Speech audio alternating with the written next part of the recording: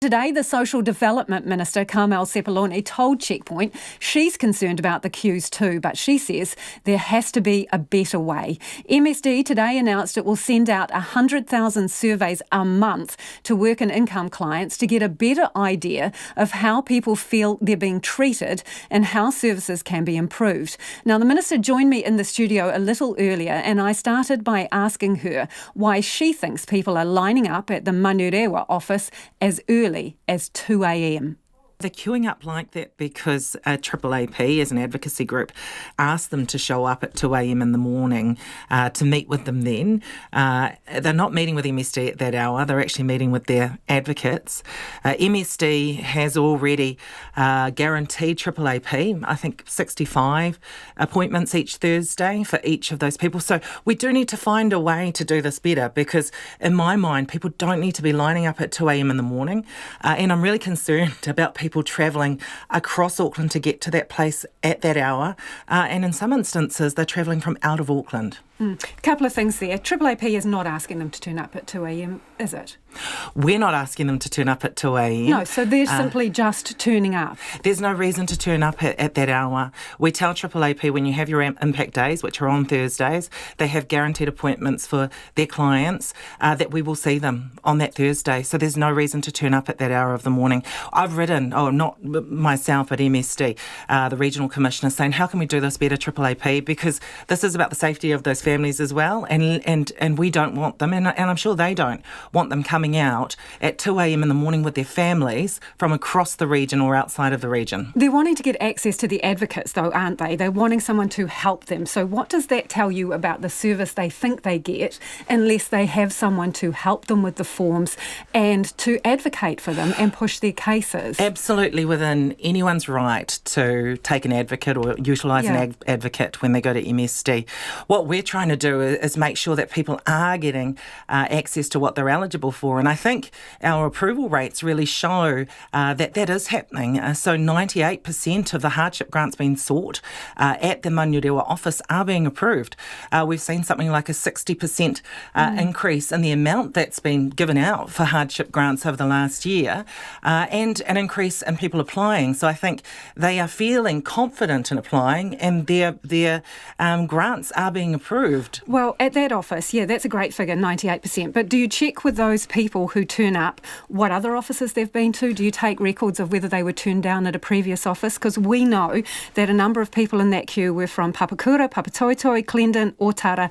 They came there because they felt that they need an advocate to have their case heard and to get any further with MSD. And I think that's a really good question, Lisa.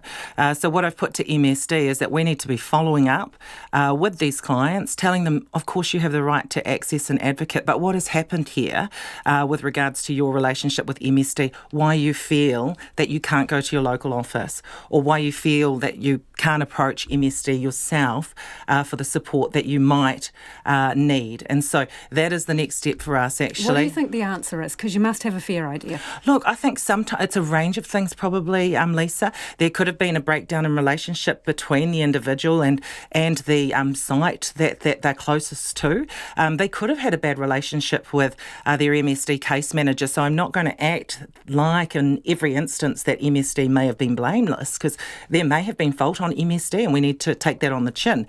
But to work it out moving forward, we've actually got to find out what that was and make sure that we can repair that relationship and make sure that that person feels confident that they can approach MSD for support. So how are you going to measure that then?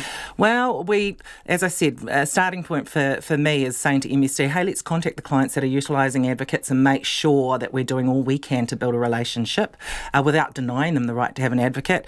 But also this morning we launched our new Heartbeat survey that basically means that we're going to be surveying around 100,000 people a month from here on in, which is a massive increase on what's been done before.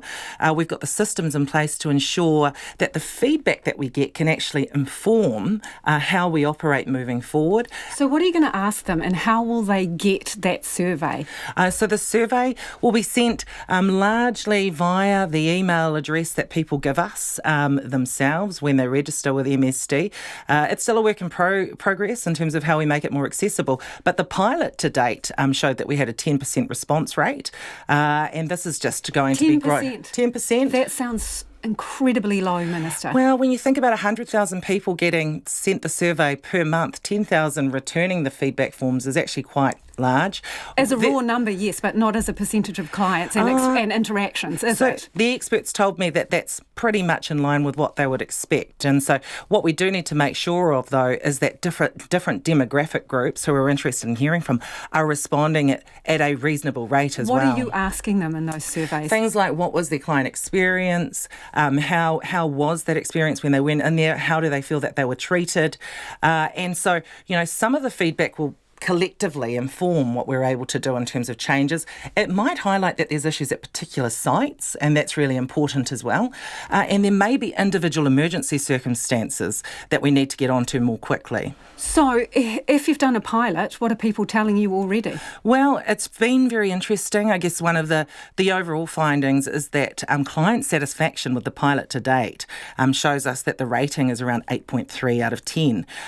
Which, what do you mean, 8.3 out of 10 for what? What are you asking? For client satisfaction, in terms of some of the areas that I mentioned earlier that we're covering off, which I guess in some people's minds would be a bit of a surprise, because I think there's a bit of a perception around the work or the service that MSD gives. Do you think that clients who are happy with you are more inclined to fill out the survey, because if they're disgruntled with you, they might just think, not interested in talking to you even? Well, I mean, that's a possibility. So this is a work in progress, as I said. We want as many people to complete the survey as possible. One of the groups who were lower in terms of response rate were Māori, and so that's an area that we need to work on.